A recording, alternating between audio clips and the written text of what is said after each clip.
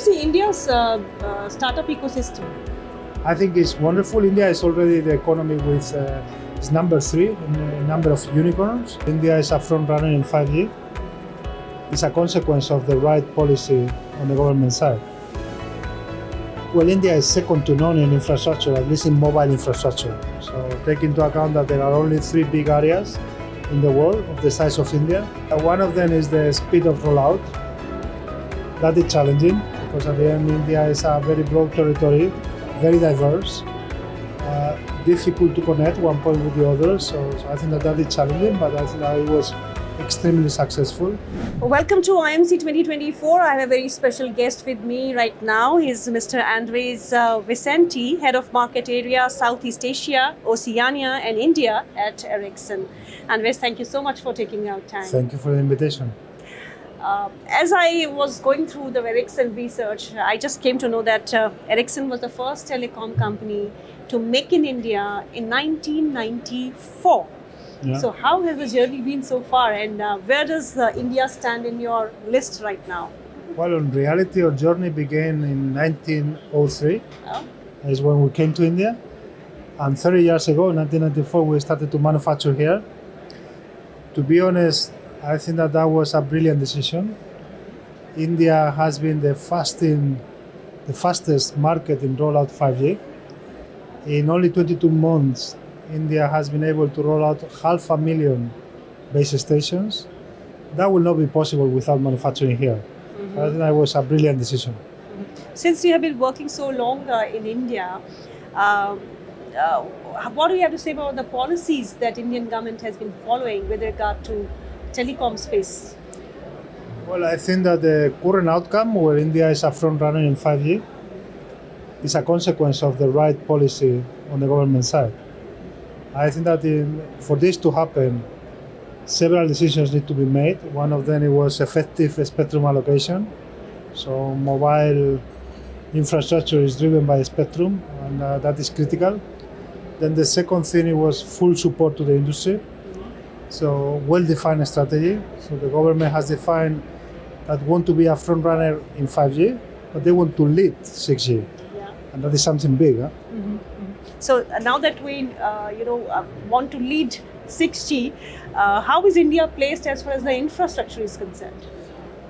Well, India is second to none in infrastructure, at least in mobile infrastructure. So take into account that there are only 3 big areas in the world of the size of India where 5G is taking place. One is China, then the other one is the United States, the other one is India. For a country of this size to do the rollout that India has done is impressive. And India has begun the country where you are beating the record of gigabytes per user per month. Yeah. So it's 29 per month, and that is fast in growing. So the projection is it will reach 68 by 2030. Mm-hmm. That is amazing. Yeah. Tell me about, we are transacting when just rollout for 5G is happening in India. So how is Ericsson contributing in terms of deploying and developing infrastructure for India? Well, as we mentioned before, we are manufacturing here since 1994. But on top of that, India is the country where Ericsson has more employees. So we are 22,600 employees in Ericsson India. Mm-hmm. And 2,200 are fully dedicated to research and development. Mm-hmm. That is very important for us because we bet all the future to research and development. If you want to be competitive in our industry, mm-hmm. you need to be ahead of everybody else in research and development. And that is why we are investing in India, because we do believe that here you find the right capabilities and the right skills in order to be successful in that space. What are the major challenges that you face for the Indian market? Is it the kind of population that we have to address, the huge one? Well, I think that one of them is the speed of rollout.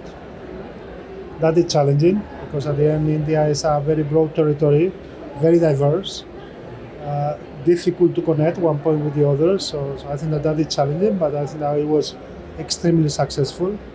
And the second one is dealing with capacity increase.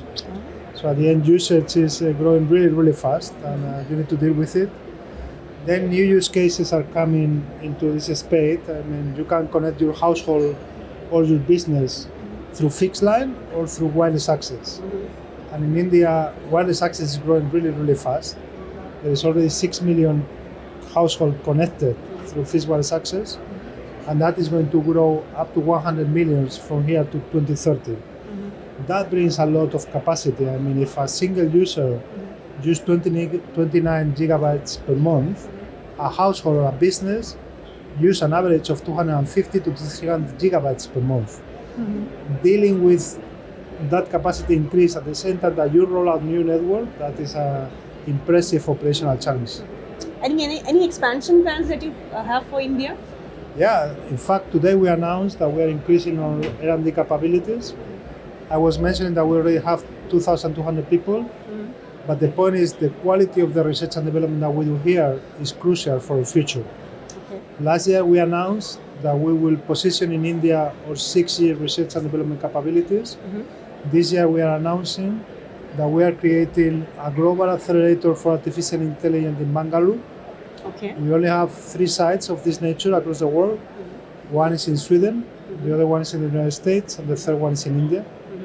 And we are also creating a new product unit that is going to be focused in network exposure and APIs capabilities. I'm sorry for these words, Okay. but the APIs are the connection from the network Okay. to the community of developers. So they can create services Okay. that rely on network capabilities if we expose those capabilities. Okay. That is crucial for us.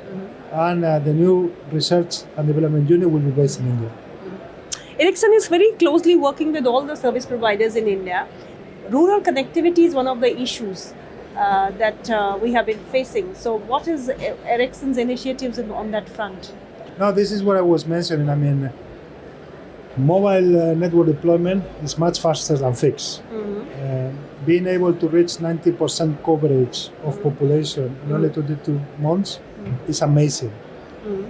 There is an extra mile in order to reach 100%, but then you need to go to very remote territories. However, it is doable. And I think that if we are able to do it, then we will be able to connect households with the same level of quality that we do in the big cities. So we are completely committed. I mean, we need to just take into account that probably in these remote areas there is no profitability. So it will have to be a joint effort of the operators, the vendors, and the government in order to guarantee accessibility to everybody within the Indian population. How does the quality of service differ from what is being offered in India and what is being offered in the developed nations? Well, it's not so different. I mean, I think that the point here is probably the creativity of the commercial offer of the operators is much bigger. So when I look here as an example to the content packages, to the TV packages that you have access through your mobile connections, is much broader than any other country.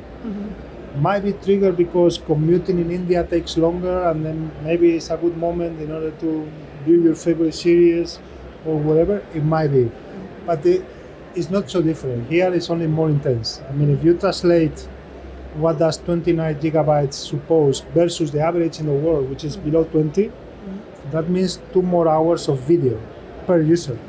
So it's significant. Among the emerging markets, where does India stand in your list? I wouldn't say that India is an emerging market anymore. To be honest, I mean, it might be a market where the RPU level, RPU is the average spending per user on the network, is low. I mean, because it's quite low compared with other markets. But from a usage perspective, it's the highest one. So at the end, what is the characteristic that where you should be considered emerging markets? By what you spend or what you get. And in what you get, India is ahead of any other market. Okay, Andres, coolest technology trend that you are personally excited about? I mentioned before this API exposure. Let me try to explain the concept. Today, the networks are basically a combination of hardware and software distributed across all the country.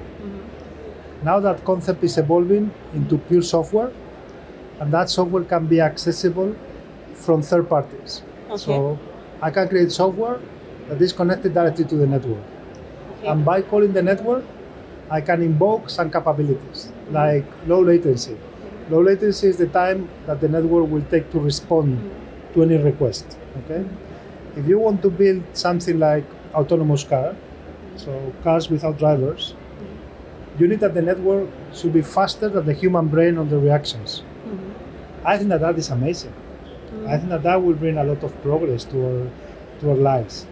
And that will be available for anybody that is able to code. Okay. So if you have an idea, you might take it immediately to reality and with global reach. That will open a world of opportunities for the startups that are basically based in India. How do you see India's startup ecosystem? I think it's wonderful. India is already the economy with is number 3 in the number of unicorns. I think that the software capabilities in India are amazing. The point is, we need to give them the platform so they can create once, and that creation can be commercialized across the world. This is what we are building as an industry effort. It's being led by Ericsson, and I think that it will be a very successful journey. How has your experience been in IMC this time? Has been fantastic. It's the first time I come. Uh-huh. I've been like 20 years going to the Mobile World Congress. I think that this event has nothing to envy to the Mobile World Congress. It's fantastic. So what are your plans for India now? Post this event, how do you intend to spend your time in India? I'm having a great dinner tonight. It will be only Indian food. So I think that is fantastic. I mean, you're also probably one of the top gastronomies across the world. So I will try to enjoy that. And Wes, thank you so much for your time, sir.